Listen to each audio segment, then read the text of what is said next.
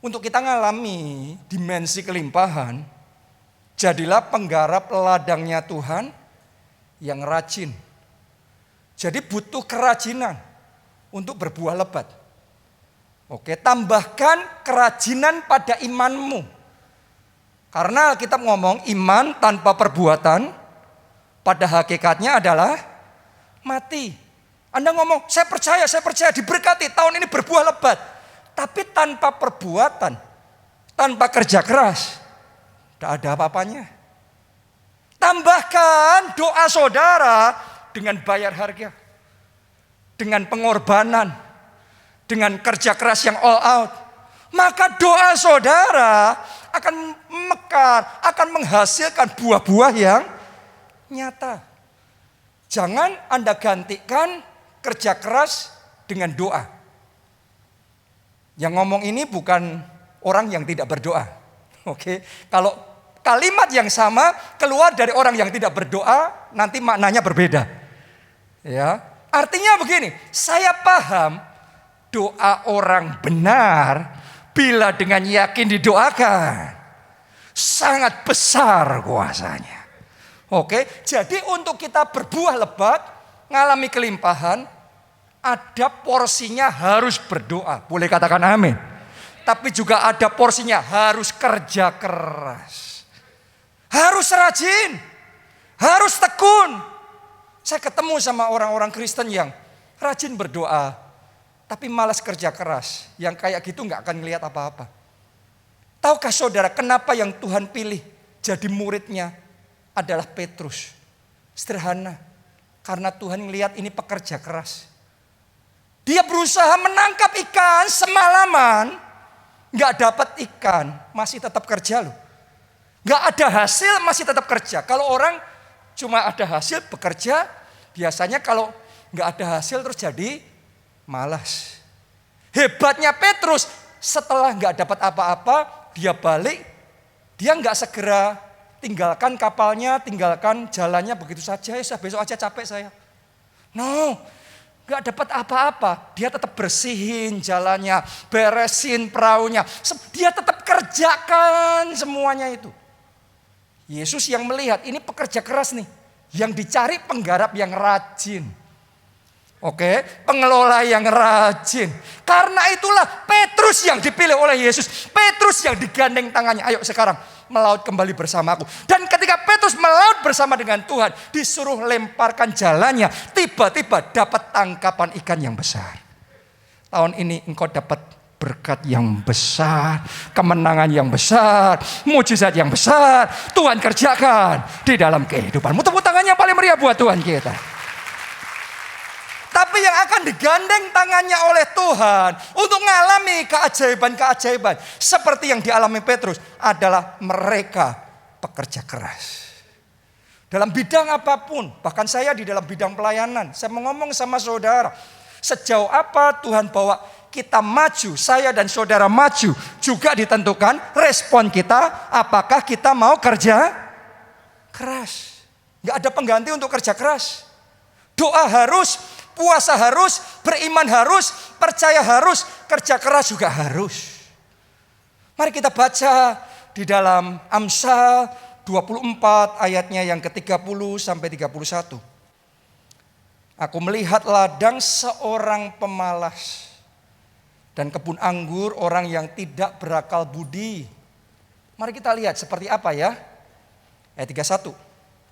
Lihatlah, semua itu ditumbuhi onak. Tanahnya tertutup dengan jeruju. Dan temboknya sudah roboh. Kenapa? Malas. Ditulis di sana. Ini ladangnya kebunnya pemalas nih.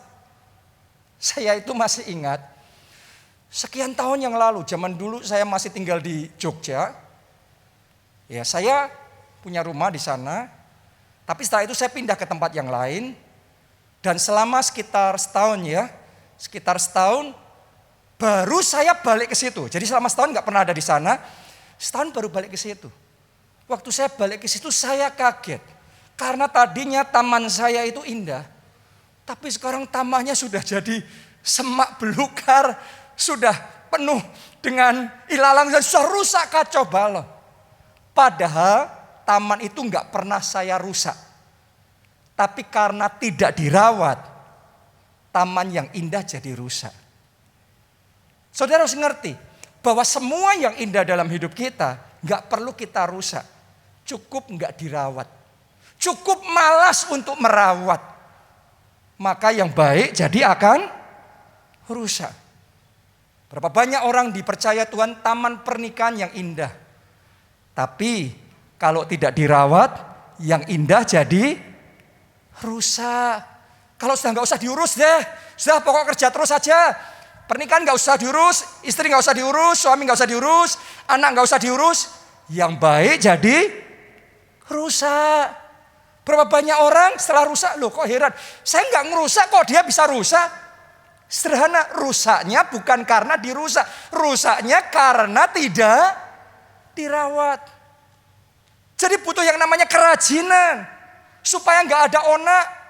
Kerajinan untuk membersihkan dari jeruju. Kerajinan supaya tembok yang agak miring, tembok yang agak bolong, agak rusak, diperbaiki. Sehingga tetap kokoh. Butuh yang namanya kerajinan. Oke.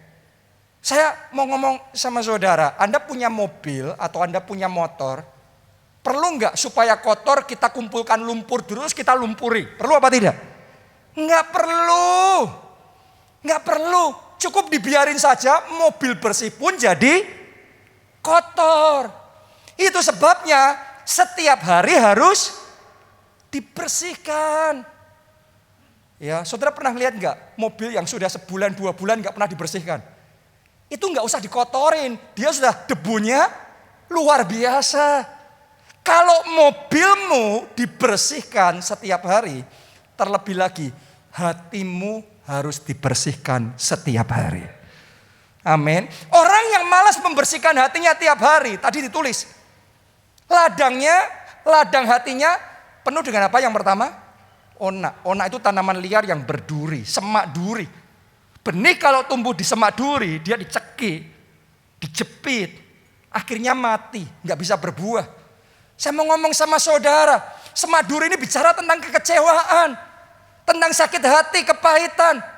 Saudara nggak usah ngapa-ngapain, yang namanya kecewa, sakit hati itu tanaman liar yang selama kita hidup akan berusaha terus muncul terus.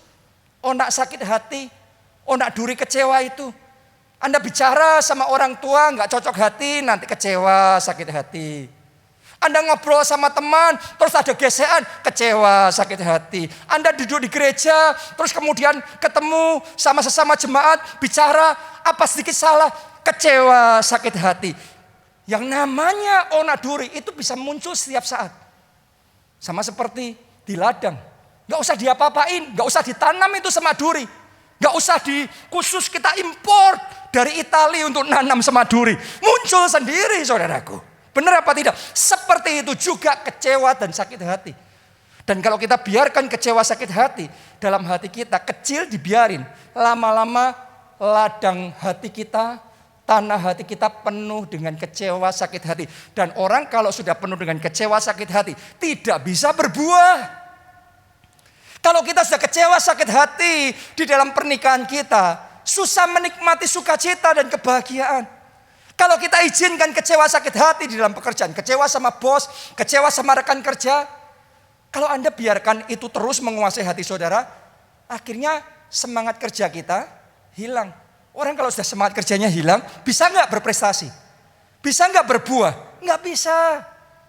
Di gereja juga sama, ada orang-orang yang tadinya luar biasa diurapi Tuhan, dipakai Tuhan, melayani Tuhan luar biasa sampai dia sakit hati. Sakit hati, kecewa itu selalu akan berusaha muncul. Pertanyaannya, dibersihin apa tidak? Mobil dibersihin, tapi hati kok nggak dibersihin? Jangan salah. Kalau kita nggak bersihkan, saya sudah ngelihat orang-orang yang cinta Tuhan, yang luar biasa pelayanannya, gara-gara kecewanya nggak dibersihkan, hatinya nggak dibersihkan, terus hatinya penuh dengan onak duri, sakit hati, kecewa, akhirnya pelayanannya mati, kehidupan rohaninya mati, akhirnya dia kehilangan anugerah. Itu sebabnya hari ini firman Tuhan bicara sama saudara. Yang mungkin di dalam hati saudara ada onak duri sakit hati. Ambil keputusan, bersihkan. Amin. Jangan malas, jangan biarkan. Bersihkan. Hati saudara harus dibersihin dari sakit, hati dari semua onak duri.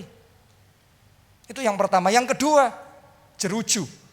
Jeruju itu bicara tentang tanaman liar, rumput-rumput yang liar. Perlu nggak rumput liar ditanam? Nggak usah, dia tumbuh sendiri. Benar apa tidak? Muncul sendiri. Hidup kita juga sama kayak gitu. Anda dalam perjalanan hidup nanti muncul hal-hal yang liar yang bukan dari Tuhan. Muncul godaan-godaan yang liar. Anda bergaul sama rekan saudara di tempat kerja saudara, nanti muncul godaan celah terbuka di situ. Pertanyaannya, kita masuk enggak? Anda biarkan enggak godaan dosa itu datang menjerat sehingga akhirnya kita jatuh.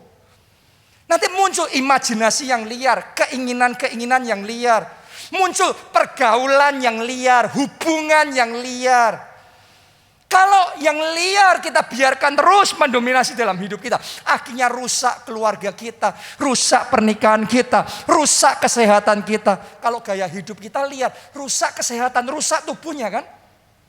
Kalau gaya hidup kita liar, akhirnya rusak karir kita, rusak pekerjaan kita, rusak keuangan kita. Karena pengeluarannya liar, gaya hidupnya liar, kacau semuanya. Akhirnya hidupnya tidak berbuah. Kalau Anda mau 2022 ini berbuah dengan lebat, saya tantang saudara, semua yang liar, yang bukan daripada Tuhan, potong itu dalam nama Tuhan Yesus. Jangan kompromi sama dosa. Tegas ngomong no sama dosa. Kenapa? Karena dosa akan mengeringkan pengurapan Tuhan dalam hidup kita. Dosa itu akan membuat anugerah yang seharusnya ada dalam hidup kita bocor. Jadi kering. Harusnya berbuah jadi nggak berbuah. Itu kerjaannya rumput liar. Kalau rumput liarnya banyak, tanahnya di situ, nutrisinya disedot sama rumput liar itu. Anda tanam tanaman yang baik, tanaman anggur di sana, nggak bisa bertumbuh. Kenapa? Karena nutrisinya habis, disedot oleh rumput liar. Buang semua yang liar dari hidup kita. Jangan izinkan yang liar itu tetap ada, karena yang liar itu mengeringkan masa depanmu. Yang liar itu mengeringkan kehidupanmu. Potong itu, jangan malas.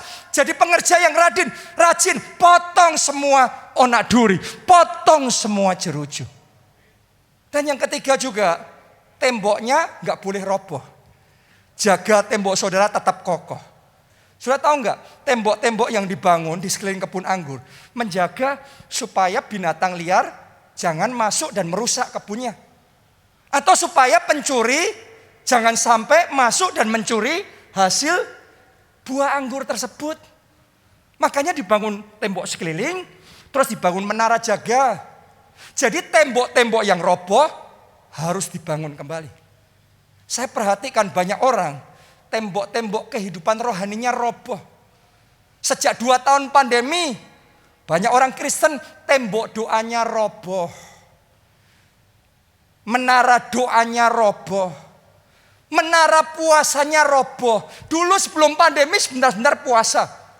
Bahkan kalau doa puasa, wah ikut 40 hari, ikut 50 hari. Tapi pertanyaannya, selama 2 tahun ini masih seringkah, masih kokohkah tembok doa puasamu, tembok perenungan firmanmu? Masih kokohkah komitmen ibadah saudara, komitmen pelayanan saudara sama Tuhan? Masih kokohkah disiplin rohani kita sama Tuhan? Karena disiplin rohani itu yang menopang. Kayaknya Anda biasa ya ibadah kayak gini. Saudara nanti akan lihat, Anda tidak ibadah selama sekian bulan, selama setahun. Betapa berubahnya hidupmu nanti. Jadi yang Anda lakukan beribadah seperti ini. Ini kayak membangun tembok yang kokoh dalam hidup kita. Ini yang meluruskan jalan hidup kita. Kita mau miring sedikit. Waktu Minggu firman Tuhan bicara, jangan menyimpang ke kanan. Jangan menyimpang ke kiri. Tuhan luruskan jalan hidup kita. Tapi kalau kita tidak menjaga tembok kita tetap kokoh, kita salah jalan miring, bablas kita. Rusak semuanya. Rusak rencana Tuhan dalam hidup kita, rusak keluarga, rusak kesehatan kita. Jadi hari ini bangun kembali. Tembok doamu harus dibangun kembali. Tembok hubungan pribadimu sama Tuhan harus diperkuat kembali. Boleh katakan amin, saudara. Haleluya. Jangan malas, kita harus jadi pekerja yang rajin. Maka kita akan berbuah lebat. Itu yang kedua. Yang ketiga, untuk kita mengalami kelimpahan supaya berbuah lebat. Yang ketiga, kita harus menabur. Oke, saya percaya tahun ini kita harus menabur. Saya rasakan kuat sekali dalam hati saya, Roh Kudus gerakkan untuk saya bicara sama saudara. Ini waktunya menabur. Kita baca dulu di dalam Yesaya 30 ayatnya yang ke-23.